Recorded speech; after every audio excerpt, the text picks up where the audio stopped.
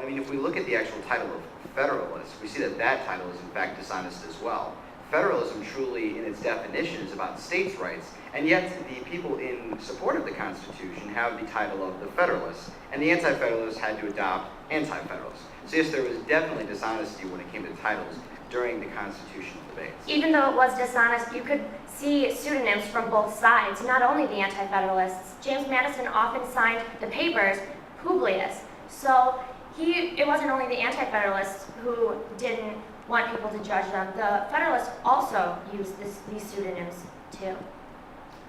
And in response to the second part of your question, today, because media is so much more readily available to us through the sources such as the internet and, for example, blogs, we need to know where this source comes from in order to know that the opinions they are stating have some sort of factual support and could be said to be credible.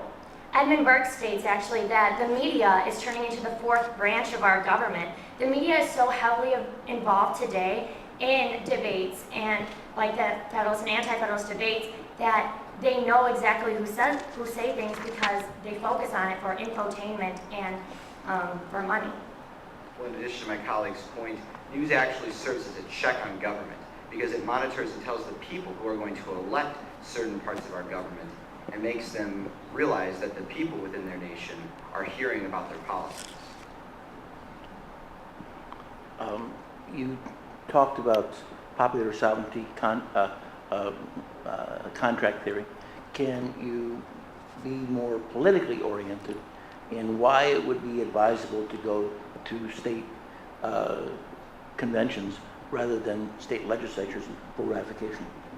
For one, the state legislatures, with the implementation of the Constitution, would actually be losing power that they had under the Articles of Confederation. For example, under the Articles of Confederation, the national government could not tax the citizens. This was up to the individual state governments. And thus, had the Constitution been sent for ratification to the state legislatures, most likely the Constitution would not have ended up being ratified because the state legislatures would not have wanted to lose this power. Most state ratifying conventions weren't exactly a unanimous vote. In fact, only one was in Delaware at a 30-0 vote. And this reflects that ideal that even the state delegates that we elected in order to ratify this Constitution were very divided amongst themselves about exactly what they wanted within this Constitution. And if it wasn't for advertisements like the preamble and the Federalist Papers, it's very likely that our Constitution may not have been ratified even by these delegates. To go off my colleague Alexander's point, we see that North Carolina actually had to have two state ratifying conventions because the first one, they didn't ratify the Constitution. That's how different in opinions they have. The key component to the state ratifying conventions was the fact that it involved the people. It expanded the scope to the people so the people could be involved in the government. We can see this in Federalist 39 as well as Federalist 46. The government is substantially dependent on the great body of the citizens of the United States. Why do you think that the framers sent the Constitution to the states with neither an endorsement nor a condemnation? Was this a wise decision? Why? Why not?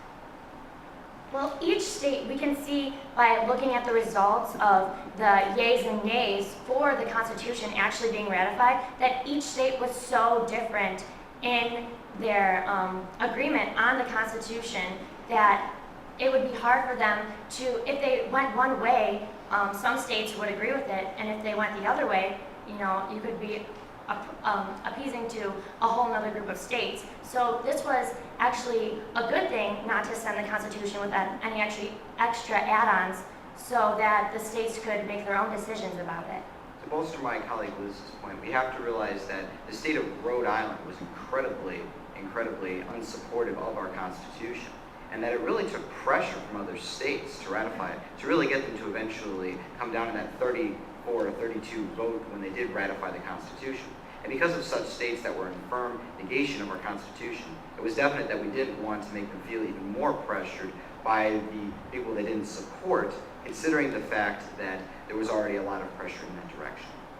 Also, furthermore, they neither endorsed nor negated the Constitution because this provides an additional explicit entrance, the Locke's legitimate entrance into a social contract, because the states and their citizens were able to decide on the merits of the Constitution for themselves rather than having these delegates tell them what they should do. Although there was no endorsement attached onto the Constitution, we can see a direct endorsement to the Constitution in the Constitution, which is the preamble. The preamble was made to, as kind of an advertisement, to appease to the states and let them know, give them kind of a summarized version of the Constitution and what it entailed, while including individual rights and the common good. What role did slavery play in the ratification process?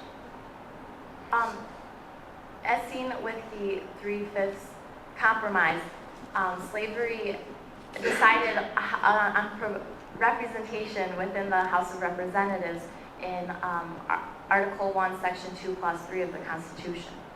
Slavery was definitely a compromise between North and Southern states in order to ratify the Constitution. If you look specifically at Article 1, Section 9, Clause 1 of our Constitution, we see the first right listed before the Bill of Rights is the 1808 clause, the clause that guarantees that Southern states, the slave trade will be eliminated by 1808, but that we cannot touch the right of being able to hold slaves from that. How do those provisions affect the ratification process? They- Were they issues or were they? Slavery was definitely an issue at the Philadelphia Convention, but it was also an issue that they couldn't have solved at the convention itself. So that's why they needed to compromise the issue, making the compromise, as Joseph Ellis stated, the Constitution wasn't made to solve particular problems, but set up debate in the future, and that's exactly what the Fugitive Slave Clause did. And in the ratification, because of the compromises of the 3/5 compromise and the 1808 clause, this made the Constitution more appealing to the Southern states because they would still be able to continue using slaves to grow cotton and on their plantations. And also for the Northern states, they weren't taking away any of their rights as both for taxation and representation. It was 3/5. It wasn't 3/5 for either or. I respectfully disagree with my colleague Inez. I do believe that the founding fathers were expecting slavery to slowly die out as they became less efficient. However, the invention of the cotton gin in the 19th century was really what led to that separation between the North and the South and that reinvigorated move to take in slaves.